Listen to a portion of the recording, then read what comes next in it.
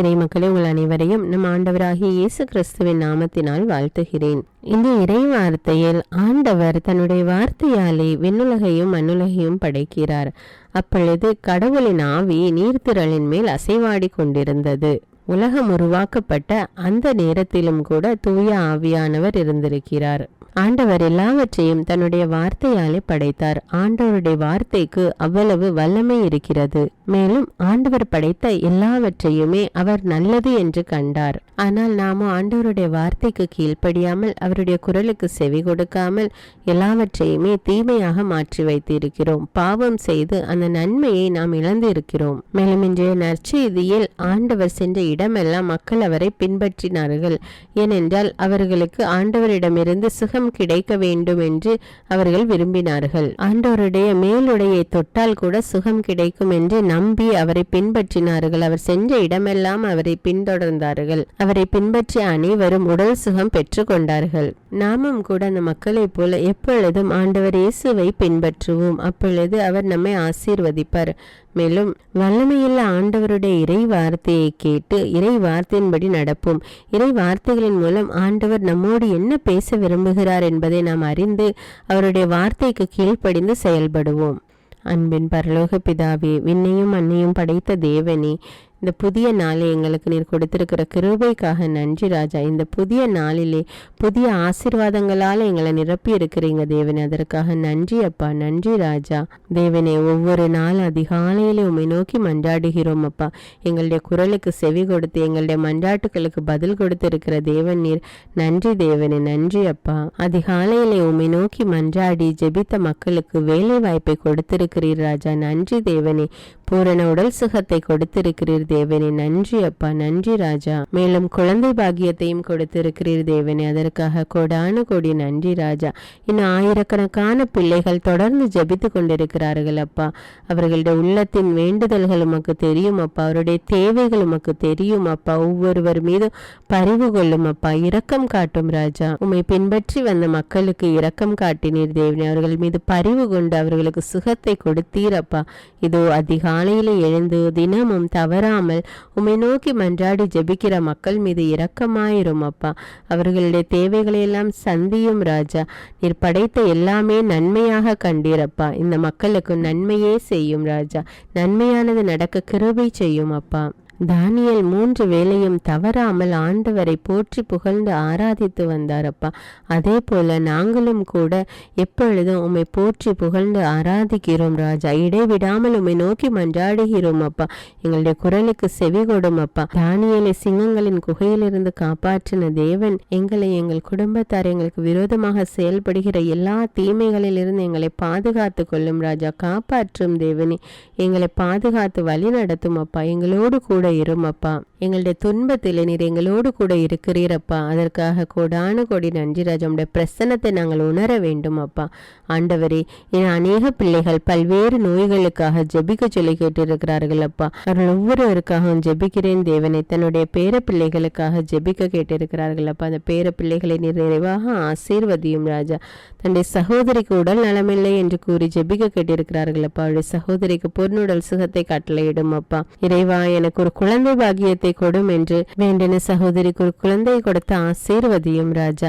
நல்லதொரு பிசினஸ் தொடங்கணும் என்று கேட்டிருக்கிறார்கள் அப்பா. அவர்களுக்கு அந்த வேலையை கொடுத்த ஆசீர்வதியும் ராஜா. காலில் கால் ஆணி போன்று புண் வந்ததுனால வேதனை அனுபவிக்கிற சகோதரனுக்காக ஜெபிக்கிறேன் தேவனே. அந்த வலி வேதனையிலிருந்து சுகத்தை கொடும் தேவனே. வெரிகோஸ் வெயின் போன்ற வேதனையினால் அவதிப்படுகிற பிள்ளைகளுக்காக ஜெபிக்கிறேன் அப்பா. தைராய்டு ப்ராப்ளம் உள்ள பிள்ளைகளுக்காக ஜெபிக்கிறேன் அப்பா. பித்தப்பையில கல் உள்ள பிள்ளைகளுக்காக ஜெபிக்கிறேன் அப்பா. பிசாசுகளின் கட்டுகளிலிருந்து விடுதலை கொடுப்பதற்காக ஜெபிக்கிறேன் தேவனே. ஆசிரியர் பணி கிடைக்க வேண்டும் என்று ஜெபிக்க கேட்டிருக்கிறார்கள் அப்பா. இவர்கள் எல்லோருடைய வேண்டுதல்களை நீர் அறிவீர் ராஜா. அவருடைய வேண்டுதல்கள் ஏற்ற நேரத்தில் நிறைவடைய கிருபை செய்யும் ராஜா. உடல் சுகத்தை கட்டளையிடும் தேவனை. ஆசீர்வதியும் ராஜா. இன்னும் அநேக மக்கள் ஆண்டவர் செய்த எல்லா நன்மைகளுக்காக நன்றி கூறியிருக்கிறார்கள் அப்பா. அவருடைய நன்றி பலிகளை இப்பொழுதும் உடைய சமூகத்தில் ஒப்படைக்கிறேன் ராஜா.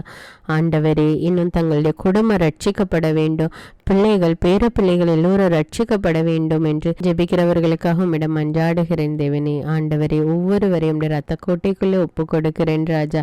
தினமும் இறை வார்த்தையை கேட்டு இறை வார்த்தை வாழக்கூடிய மக்களாக இவர்களை ஒப்பு கொடுக்கிறேன் அப்பா. உம்முடைய நாமம் மகிமைப்படுவதாக ராஜா. இயேசுவின் நாமத்தில் ஜெபிக்கிறேன், ஆமீன். முதல் வாசகம். தொடக்க நூலில் இருந்து வாசகம். அதிகாரம் 1. இறை வார்த்தைகள் 1 முதல் 19. தொடக்கத்தில் கடவுள் விண்ணுலகையும் மண்ணுலகையும் படைத்த பொழுது மண்ணுலகு உருவற்று வெறுமையாக இருந்தது. ஆழத்தின் மீது இருள் பரவி இருந்தது.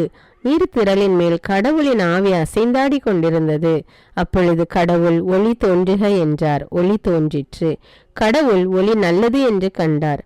கடவுள் ஒளியையும் இருளையும் வெவ்வேறாக பிரித்தார். கடவுள் ஒளிக்கு பகல் என்றும் இருளுக்கு இரவு என்றும் பெயரிட்டார். மாலையும் காலையும் நிறைவுற்று முதல் நாள் முடிந்தது. அப்பொழுது கடவுள் நீர்த்திரளுக்கு இடையில் வானம் தோன்றுக, அது நீரினின்று நீரை பிரிக்கட்டும் என்றார். கடவுள் வானத்தை உருவாக்கி வானத்திற்கு கீழுள்ள நீரையும் வானத்திற்கு மேலுள்ள நீரையும் பிரித்தார். அது அவ்வாறே ஆயிற்று. கடவுள் வானத்திற்கு விண்ணுலகம் என்று பெயரிட்டார். மாலையும் காலையும் நிறைவுற்று 2ஆம் நாள் முடிந்தது. அப்பொழுது கடவுள் விண்ணுலகுக்கு கீழுள்ள நீரெல்லாம் ஓரிடத்தில் ஒன்று சேர உலர்ந்த தரை தோன்றுக என்றார். அது அவ்வாறே ஆயிற்று. கடவுள் உலர்ந்த தரைக்கு நிலம் என்றும் ஒன்று திரண்ட நீருக்கு கடல் என்றும் பெயரிட்டார். கடவுள் அது நல்லது என்று கண்டார். அப்பொழுது கடவுள் புற்பூண்டுகளையும் விதை தரும் செடிகளையும் கனி தரும் பல மரங்களையும் அந்தந்த இனத்தின்படியே நிலம் விளைவிக்கட்டும் என்றார். அது அவ்வாறே ஆயிற்று. புற்பூண்டுகளையும் விதையை பிறப்பிக்கும் செடிகளையும் கனிதரும் மரங்களையும் அந்த இனத்தின்படி நிலம் விளைவித்தது. கடவுள் அது நல்லது என்று கண்டார். மாலையும் காலையும் நிறைவுற்று 3ஆம் நாள் முடிந்தது. அப்பொழுது கடவுள் பகலையும் இரவையும் வெவ்வேறாக பிரிப்பதற்கும் காலங்கள் நாள்கள் ஆண்டுகள் ஆகியவற்றை குறிப்பதற்கும் விண்விரிவினில் ஒளிப்பிழம்புகள் தோன்றுக, அவை மண்ணுலகிற்கு ஒளி தர விண்விரிவினில் ஒளிப்பிழம்புகளாக இருக்கட்டும் என்றார். அது அவ்வாறே ஆயிற்று. கடவுள் 2 பெரும் ஒளிப்பிழம்புகளை உருவாக்கினார். பகலை ஆள்வதற்கு பெரிய ஒளிப்பிழம்பையும் இரவை ஆள்வதற்கு சிறிய ஒளிப்பிழம்பையும் மற்றும் விண்மீன்களையும் அவர் உருவாக்கினார். கடவுள் மண்ணுலகிற்கு ஒளி தர விண்ணுலக வானத்தில் அவற்றை அமைத்தார். பகலையும் இரவையும் ஆள்வதற்கும் ஒளியையும் இருளையும் வெவ்வேறாக பிரிப்பதற்கும் அவற்றை அமைத்தார். கடவுள் அது நல்லது என்று கண்டார். மாலையும் காலையும் நிறைவுற்று 4ஆம் நாள் முடிந்தது. இது ஆண்டவரின் அருள்வாக்கு. இறைவனுக்கு நன்றி. நற்செய்தி வாசகம். புனித மார்க்கு எழுதிய தூய நற்செய்தியிலிருந்து வாசகம். அதிகாரம் 6. இறை வார்த்தைகள் 53 முதல் 56 வரை. இயேசுவும் அவருடைய சீடர்களும் மறுகரைக்கு சென்று கனசரேத்து பகுதியை அடைந்து படகை கட்டி நிறுத்தினார்கள். அவர்கள் படகை விட்டு இறங்கிய உடனே மக்கள் இயேசுவை இன்னார் என்று கண்டுணர்ந்து அச்சுற்றுப்பகுதி எங்கு ஓடி சென்று அவர் இருப்பதாக கேள்விப்பட்ட இடங்களுக்கெல்லாம் நோயாளர்களை படுக்கையில் கொண்டு வர தொடங்கினார்கள்.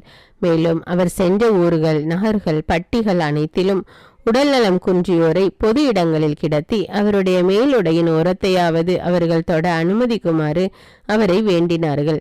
அவரை தொட்ட அனைவரும் நலமடைந்தனர். இது கிறிஸ்துவின் நற்செய்தி. கிறிஸ்துவே உமக்கு புகழ்.